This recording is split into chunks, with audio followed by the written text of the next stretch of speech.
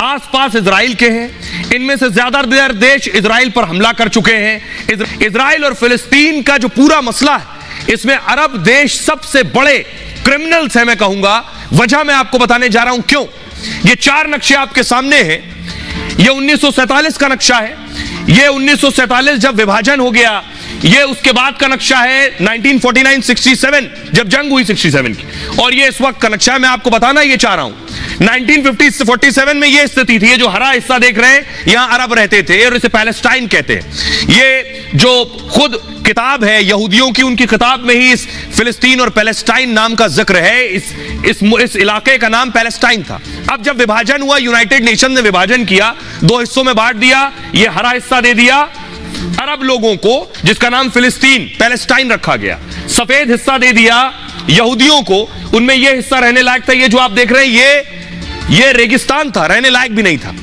खैर, जब डिवाइड हुआ 48% मिला फिलिस्तीनियों को और 44% हिस्सा मिला यहूदियों को। इसके अगल बगल कौन था अरब देश? जॉर्डन इधर है, इधर लेबनान है, इधर सीरिया है और इधर मिस्र है। अब आप सोचिए, दरअसल ये जो अरब मुल्क थे, ये चाहते नहीं थे कि इजराइल को कोई हिस्सा मिले। जैसे ही डिवीजन हुआ यूनाइटेड नेशंस में, इन सारे अरब देशों ने हमला कर दिया। इन अरब देशों ने फिलिस्तीन को यकीन दिलाया कि तुम मत खड़े हो इजराइल के साथ, तुम बंटवारे को मत मानो यूएन के, हम तुम्हें बाकी की टेरिटरी जीत के देंगे। दरअसल ये जीत के देना नहीं चाहते थे अरब देश, ये खुद चाहते थे इस हिस्से पर कब्जा करना। ये इनकी मंशा थी। चाहे लेबनान हो यही चाहता था, जॉर्डन यही चाहता था, मिस्र यही चाहता था कब्जा करके इस हिस्से में आगे बढ़ना। इसलिए फिलिस्तीन को लालच में रखा इन्होंने कि हम तुम्हें जीत कर देंगे। इजराइल से लड़ते रहे, कभी जीत नहीं पाए।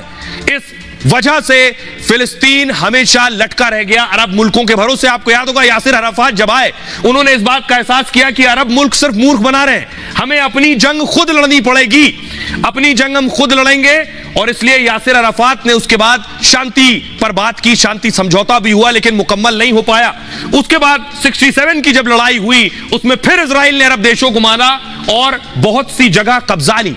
कब्जा ली यानी जंग में जो जीती उसे कब्जा ली। इस वक्त स्थिति यह है नक्शा। ये जो हरा हिस्सा देख रहे हैं, अब सिर्फ इतना ही फिलिस्तीन बचा है। उसमें भी इजराइल पर आरोप है उसने यहूदियों को यहां छोटे छोटे पॉकेट्स में लाकर बसाया है, उन्हें बहुत से फायदे दिए हैं, जिसके बाद वो लोग यहां आकर बस गए। और इस पूरे इलाके में अब ये मिलिट्री जोन है, इसमें इजराइल की मिलिट्री भी मौजूद रहती है। और ये है सिर्फ गाजा, इतना ही फिलिस्तीन बचा है। आखिर ये 2 नेशन बनेगा कैसे, ये भी दूसरी सबसे बड़ी चिंता है। दूसरा नेशन तो बचा ही नहीं है। अब सवाल यह है कि अरब देश आज तक जीत क्यों नहीं पाए इजराइल से, जंगें इतनी लड़ ली। तो वजह मैं आपको बताता हूं कैसे इजराइल ने अरब देशों को हरा दिया। ये आज के अरब देशों के नेता हैं। 67 में लड़ाई हुई है, उससे पहले 48 में लड़ाई हुई तो नेता दूसरे थे, लेकिन फिर भी ये हारे। हमास के हमले के बाद इजराइल पलटवार कर रहा है। अरब के देश लगातार फिलिस्तीन का समर्थन कर रहे हैं। गाजा में इजरायली हमले को रोकने की अपील हो रही है। ईरान बार बार इजराइल को धमकी दे रहा है कि अब तो मारूंगा, घुस कर मारूंगा और न जाने क्या क्या। लेकिन इजराइल के खिलाफ कोई जंग में नहीं उतरना चाहता है। इसकी वजह है इजराइल को 16 जंग जीतने का रिकॉर्ड है। इजराइल ने आज तक कोई जंग नहीं हारी। इजराइल को देश की मान्यता मिलते ही हमला हुआ। 1948 में अरब देशों ने इजराइल पर हमला कर दिया, तब इजराइल ने अरब के देशों को हरा दिया था। इजराइल ने कैसे हराया, अब सवाल यह है इजराइल के पास कैसे हथियार आ गए देश बनते ही। तो तरीका मैं बता रहा हूं आपको। सेकेंड वर्ल्ड वॉर खत्म हुआ 1945 के आसपास। जैसे ही वर्ल्ड वॉर खत्म हुआ तो युद्ध के दौरान चेकोस्लोवाकिया ने हथियार सप्लाई की। इजराइल ने क्या किया, दुनिया भर से जो देश लड़ रहे थे सेकेंड वर्ल्ड वॉर में, सबसे सस्ते दामों पर हथियार, कौड़ियों के दामों पर खरीद लिए। उस वक्त जो प्रधानमंत्री थी इजराइल की, चेकोस्लोवाकिया ने इजराइल फाइटर एयरक्राफ्ट भी दे दिए। ब्रिटिश सेना ने भी इजराइल की मदद की। यूरोप के देशों ने भी इजराइल ने हथियार खरीद लिए यूरोप के देशों से। जंग के बीच इजराइल ने दुनिया में फैले यहूदियों को संदेश भेजा 47-48 में, जमीन बचानी है तो इजराइल लौटो और जंग में शामिल हो जाओ। इस तरह से इजराइल ने अरब देशों को करारी मात दे दी। जबकि आपको बताऊं उस वक्त अरब देशों के साथ सोवियत संघ खड़ा हुआ था। 1956 में इजराइल ने मिस्र पर आक्रमण कर दिया। 5 दिनों में गाजा, राफा, अल अरीश सब कब्जा कर लिया। इसके बाद सुएज नहर के अधिकतर हिस्से पर कब्जा कर लिया। तब ब्रिटेन और फ्रांस इजराइल के साथ थे। इसके बाद 1967 में अरब इजरायली सेना में झड़प हुई। अचानक हवाई हमले कर इजराइल ने सबको चौंका दिया। अचानक हवाई हमला हुआ तो अरब देशों को बूझा नहीं कि आखिर हो क्या गया है। तो ये लंबी कहानी है इस जंग की और इजराइल की जीत की। इजराइल समझ गया था कि अगर हमें अस्तित्व में रहना है, हम ऐसी जगह पर मौजूद हैं जहां चारों तरफ अरब देश है जो हमें स्वीकार नहीं करेंगे, इसलिए हमें खुद को मजबूत बनाना होगा जिससे हम इनसे लड़ सकें, तभी हमारा अस्तित्व रहेगा। आइए अब आपको बताऊं अब हो क्या रहा है। अब ईरान ने आतंकी संगठन उतार दिए हैं। ईरान खुद नहीं लड़ रहा है फ्रंट से, आप देखिए हमास को लड़ा रहा है, हिजबुल्लाह को लड़ा रहा है। ये हिजबुल्लाह लेबनान का आतंकी संगठन है हिजबुल्लाह, तो ये हिजबुल्लाह भी लड़ रहा है, हमास भी लड़ रहा है। इस हिजबुल्लाह और हमास के बारे में बताऊं, दरअसल ये अरब देशों की एक चाल है। फ्रंट फुट पर खुद आकर नहीं लड़ते हैं, इस तरह से प्रॉक्सीज से लड़ते हैं। ये है इब्राहिम रईसी। अब मैं आपको बताऊं, ये इस तरफ हिजबुल्लाह देख रहे हैं और इस तरफ हमास है। हमास जो है फिलिस्तीन का आतंकी संगठन है, तो हिजबुल्लाह लेबनान का आतंकी संगठन है। हमास इजराइल का सबसे बड़ा दुश्मन है और हिजबुल्लाह इजराइल की बर्बादी मकसद है। ये तो चाहते ही नहीं थे लेबनान की इजराइल बने, इन पर कब्जा कर ले, इनकी जमीन पर हमेशा से चाहते।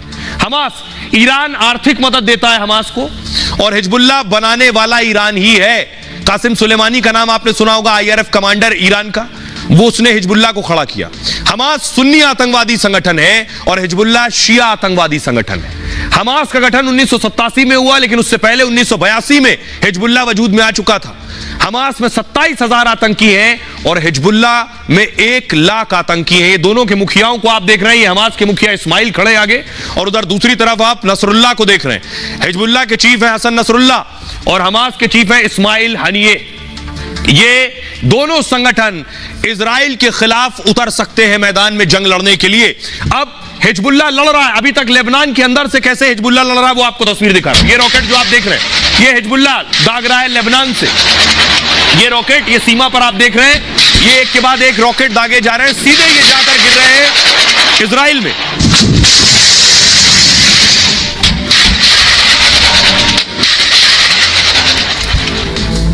अब मैं आपको बताऊं कि न सिर्फ गोले दाग रहा है लेबनान, बल्कि ये प्रोटेस्ट आप देख रहे हैं, ये लेबनान की सड़कों पर प्रोटेस्ट हो रहा है, लोग नारेबाजी कर रहे हैं। फुल स्क्रीन लीजिए जरा और एम्बियंस बढ़ाइए।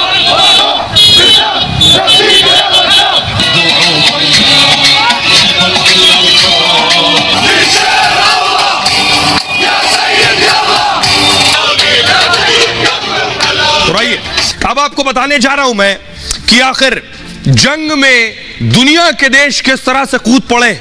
उनकी भाषा से, उनके बयानों से आपको अंदाजा होगा कि आखिर कौन किसके साथ है, कौन क्या करने वाला है। ये जो आप देख रहे हैं, एक तरफ बाइडेन है, बाइडेन क्या कह रहे हैं, जंग के बीच अमेरिका फुल एक्शन में। सबसे पहले तो अमेरिका ने और हथियार इजराइल भेज दिए, नौसेना के 3 और जहाज इजराइल रवाना हो गए। ईरान हिजबुल्लाह के खिलाफ तैनाती कर दी है, पूर्वी मध्य सागर, लाल सागर में युद्धपोत तैनात हो गए। हमास से जुड़े लोगों पर अमेरिका ने बैन लगा दिया है। गाजा, कतर में हमास के लोगों पर बैन है। तुर्की, सूडान, अल्जीरिया में हमास के लोगों पर प्रतिबंध है। यूएस की लेबनान को लेकर ट्रैवल एडवाइजरी आ गई है कि जाने से पहले सोच ले अमेरिकी। नेतन्याहू को देखिए, हिजबुल्लाह के खिलाफ इजराइल का एक्शन तेज हो गया है। लेबनान से सटे शहर खाली करने के आदेश दे दिए गए हैं। 5 किलोमीटर तक का इलाका खाली करने को कहा है। चीन क्या कह रहा है, बीजिंग में पुतिन और जिनपिंग में 3 घंटे बातचीत हुई, तनाव को अब रोकना चाहिए, पुतिन कह रहे हैं। इजराइल हमास जंग नहीं बढ़ना चाहिए, स्वतंत्र फिलिस्तीन शांति की गारंटी है। अब मैक्रो क्या कह रहे हैं, मैक्रो का कहना है फ्रांस ने लेबनान को लेकर एडवाइजरी जारी की है, लेबनान की यात्रा ना करने को कहा है क्योंकि वहीं हिजबुल्लाह है। जर्मनी, मिस्र का कहना है, मिस्र के राष्ट्रपति से मिले जर्मन चांसलर शोल्ज ने ईरान लेबनान को चेतावनी दे दी है, युद्ध में शामिल होकर ईरान हिजबुल्लाह बड़ी गलती करेंगे। यह स्थिति है। अब बाइडेन पहुंचे इजराइल, दूसरा शख्स यानी ब्रिटेन के प्रधानमंत्री ऋषि सुनक को आप देख रहे हैं, फुल स्क्रीन लीजिए। ऋषि सुनक पहुंच रहे हैं इजराइल, यानी बाइडेन के बाद ऋषि सुनक पहुंच रहे हैं। इससे पहले आपको याद होगा जर्मन के चांसलर पहुंच चुके हैं। अब सोचिए जरा, अरब देश भी इन्वॉल्व हो गए, जंग रुकने वाली नहीं है ऐसा लग रहा है क्योंकि बाइडेन तो चले गए आकर, लेकिन अब सऊदी अरब पहुंचे थे ब्लिंकन। ये तस्वीर आप देख रहे हैं, ये है अमेरिका के विदेश मंत्री, देश देश घूम रहे हैं, शायद किसी तरह जंग रुकवाएं। सऊदी अरब के प्रिंस से मिलने पहुंचे और प्रिंस ने जलील कर दिया, प्रिंस ने भाव नहीं दिया। बड़ी बात यह है क्या करा सऊदी प्रिंस ने, यह देखिए जरा। जंग के बीच कई देशों का दौरा किया ब्लिंकन ने। इस दौरान अमेरिकी विदेश मंत्री सऊदी अरब गए।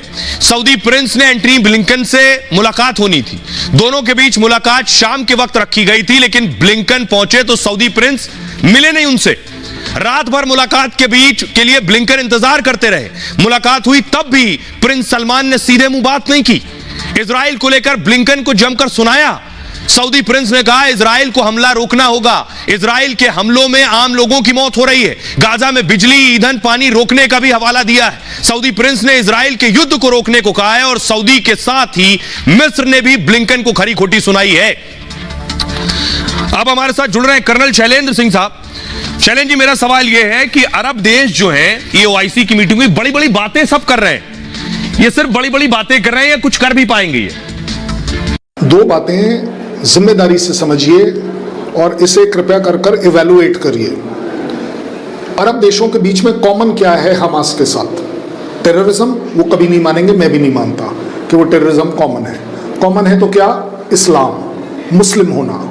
ये जो एक कमजोरी है, ये अपने आप में अरब देशों को एक गलत दिशा में ले जा रही है। जब एक वो भीड़ बन जाते हैं तो उनके बीच में कॉमनैलिटी आ जाती है सिर्फ और सिर्फ इस्लाम की। और इसका एक जीता जागता एग्जाम्पल आप ईरान में देख रहे हैं कि ईरान ने पॉइंट ब्लैंक बोल दिया कि मुसलमान कंट्रीज आपको नहीं छोड़ेंगी, इस्लामिक कंट्री आपको नहीं छोड़ेंगी। ये थ्रेट देने की जरूरत क्या है? बहुत शुक्रिया कर्नल शैलेंद्र साहब। तो बात यह है कि इस वक्त स्थिति क्या है जो गाजा में, वो मैं आगे आपको बताऊंगा। ये दुनिया के देश किस तरह से